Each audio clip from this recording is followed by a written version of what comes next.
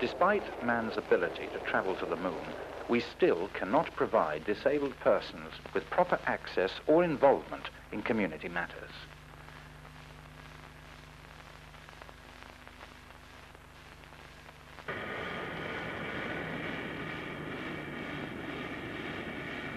In December 1981, 400 delegates from 50 different countries met in Singapore to form an organization dedicated to improve the situation for disabled persons throughout the world.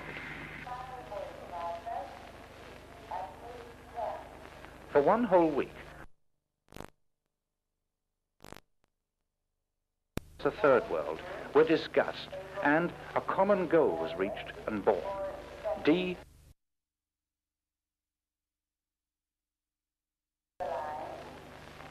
The secretary of the organization is Mr. Bengt Lindqvist from Sweden. There are disabled people in all societies and in all cultural systems in this world. It is estimated that there are about 500 million disabled people in the world, and that 140 million are children. The vast majority of disabled people you find in developing countries. What is then disability and what is handicap? Well, according to the definition used by our newly formed organization, Disabled Peoples International, disabled people are people with functional limitations of physical, mental or intellectual nature.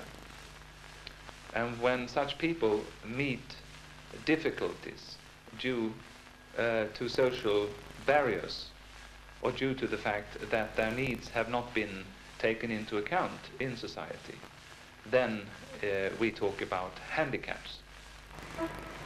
A great deal can be done to improve the situation for the disabled.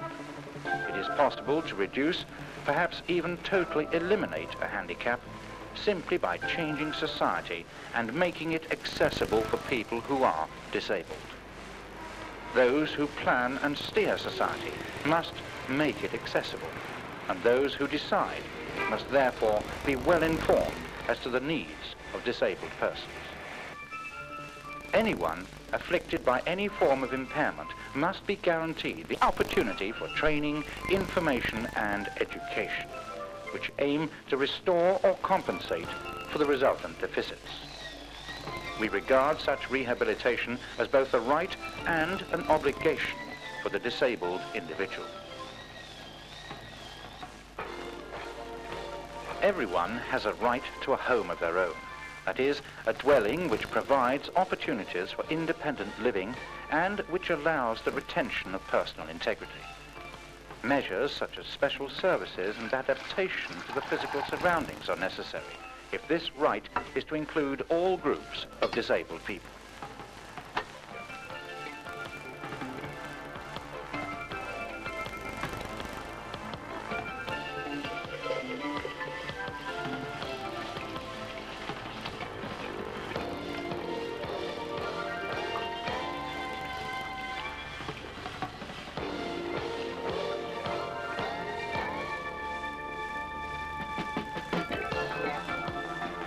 Employment is essential for all personal and shared prosperity.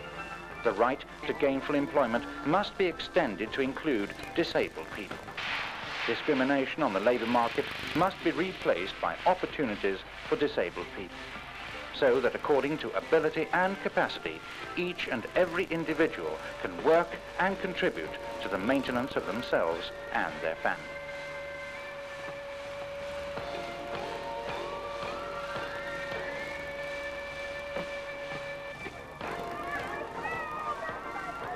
There has always been close association between being handicapped and being poor. Poor people often become more disabled than others, and handicapped persons become poorer and poorer. This is so in rich countries as well as in poor ones. Malnutrition and starvation disable hundreds of thousands of people every year. That is why the Earth's resources must be shared more equally so that all can eat. To achieve this objective, the people of all nations must be solidaric and work together for a common cause, no matter what it costs.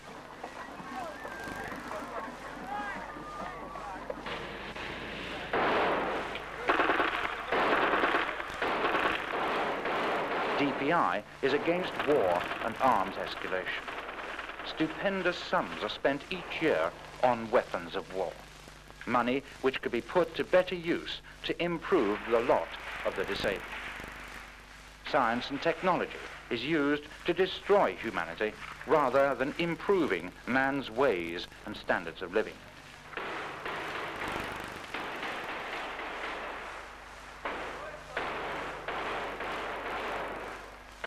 Disabled People's International, therefore, wants to create a society for all, meaning a society where the needs of each and everyone are of equal importance, and a society where peace and social justice and solidarity prevails.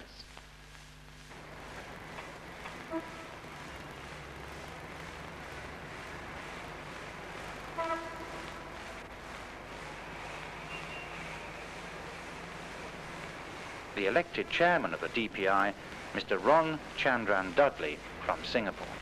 Never in the history of man has so many disabled people come from so far afield to a place to express their views, to found an organization, and to speak with one voice.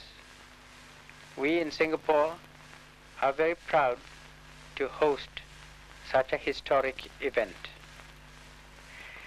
Many of us have thought of this event for a long time. This is not a new idea, but the expression of this is very new. What has been founded today was conceived in Winnipeg, in Canada, in June of 1980. It is here that an interim committee was formed with representatives from different parts of the world, and Mr. Henry Enns from Canada was elected as chairman. The task of the committee is to arrange the first World Conference. DPI's philosophy is that all citizens, including disabled people, should have equal rights, be given equal opportunities, be able to fully participate in social activities, and at the same time hold equal responsibilities. In order to realize this, disabled people themselves must rise up and speak for themselves. DPI's objectives are based on this philosophy. Those objectives are to create an opportunity for the exchange of information, to reconsider and act in order to change presently existing programs and laws, to speak out on behalf of all disabled people on an international level, to promote the establishment of organizations for disabled people, to participate as partners in various programs which affect the lives of disabled people, and, above all, to pay attention to developing countries and promote close ties among all nations of the world. With these objectives as guidelines, DPI will act to raise the social status and standard of living of all disabled people throughout the world by appealing to the United Nations and other international organizations. In 1981, a manifesto or a charter and the Singapore Declaration was established.